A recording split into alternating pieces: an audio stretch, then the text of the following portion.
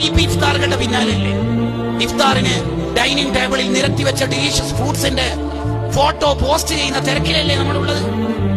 ആണും പെണ്ണും ഇടകലർച്ച പാടില്ല, ഏത് കാലത്തും പാടില്ലെന്ന നിയമത്തെ കാറ്റിൽ പറത്തിക്കൊണ്ട് റമദാനിൽ ക്യാമ്പസിന്റെ അകത്തളത്തിൽ ആണും പെണ്ണും ഇടകലർന്നിട്ടുള്ള ഇഫ്താറാണ് നടക്കണമെങ്കിൽ ദയവ് ചെയ്തിട്ട് റമദാനെ കളിയാക്കരുത്, പരിഹസിക്കരുത്.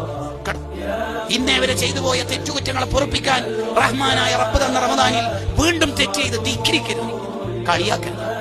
റമദാൻ ഒന്ന് തീർന്നാ മതിയേനു, ഇതെന്താ തീരാത്തെ എന്ന് തോന്നിയാൽ തന്നെ മരിക്കണ സമയത്ത് ഈമാൻ നഷ്ടപ്പെടുമോ എന്ന് പേടിക്കണമെന്ന് പറഞ്ഞ മാസ റമദാൻ. ആ റമദാനെ നമ്മൾക്ക് ഹൃദയം കൊണ്ട് ഏറ്റെടുക്കാൻ പറ്റും.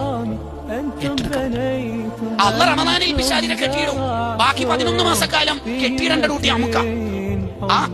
ബാക്കി 11 മാസക്കാലം പിശാചിനെ കെട്ടിയിടണം, അവനെ അറസ്റ്റ് ചെയ്യണം. ഇബ്ലീസ് എന്ന് പറയുന്നത് മനുഷ്യന്റെ വ്യക്തമായ ശത്രുവാണ്.